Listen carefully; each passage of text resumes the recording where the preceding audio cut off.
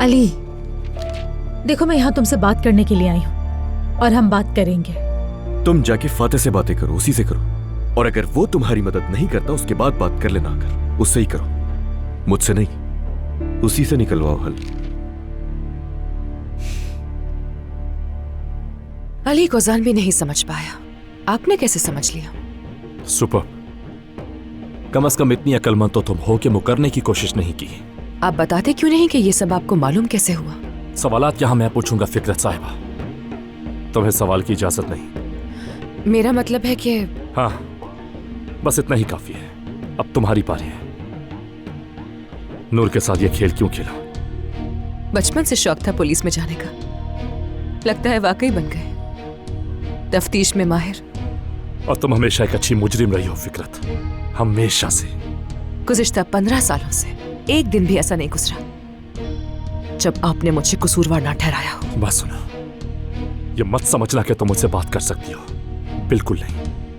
क्योंकि गुजरे हुए सालों में कुछ भी नहीं बदला, समझी तुम? अब तुम्हें कोई नहीं बचा सकता फिकरत। मैं जो पूछ रहा हूं मुझे सिर्फ उसका जवाब दो।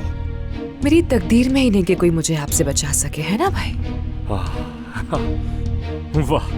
क्या बात है। अब तुम खुद को तकदीर का कैदी समझती हो। आपने भी तो मेरी मौत चाही थी, मगर मैं मरी नहीं। आपने सोचा बज़ाहिर तो ठीक लग रही है, तो ठीक ही होगी। नफरत की मुझसे। उस दिन के बाद से आपने एक बार भी मेरी तरफ मुड़ के नहीं देखा।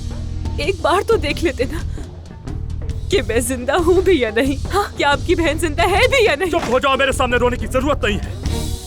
मैं जानता हूं तुम किस तरह जिंदा हो। तुम दूसरों की जिंदगियों से खेलकर, दूसरों के दुखों से अपने आप को मुतमईन करके जिंदा हो। ये जो आपके सामने खड़ी है वो एक हंसते खेलते पुतले के अलावा और कुछ नहीं है। तुम कितनी नफसियाती और किस कदर घटिया इंसान, इस कदर घटिया इंसान हो कि अपने इस खेल को छुपाने के लिए बेवजह की जज्बाती चालों का सहारा ले रही हो तुम। अब कुछ नहीं छुप सकता, सुना तुमने? कुछ नहीं छुप सकता अब। अभी वहां जाकर उन दोनों के सामने तुम्हें बेनकाब ना करने की वाहिद वजह ये थी कि मैं कभी नूर को मायूस नहीं करना चाहता। मैं तुमसे ये नहीं पूछूंगा कि तुमने ये खेल क्यों खेला, ये घिनौना खेल नूर से क्यों खेला, क्योंकि मुझे कोई फर्क नहीं पड़ता। नूर के साथ तुम्हारा क्या मसला है मुझे नहीं मालूम, क्योंकि अब इसकी कोई अहमियत नहीं। ये खेल खत्म, समझी तुम? अब खामोशी से चली जाओ, वरना अब तक तुमने जो कुछ किया है उसका हिसाब अली के सामने देना पड़ेगा।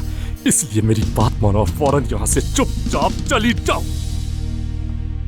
मोहब्बत बदुआ बन गई है।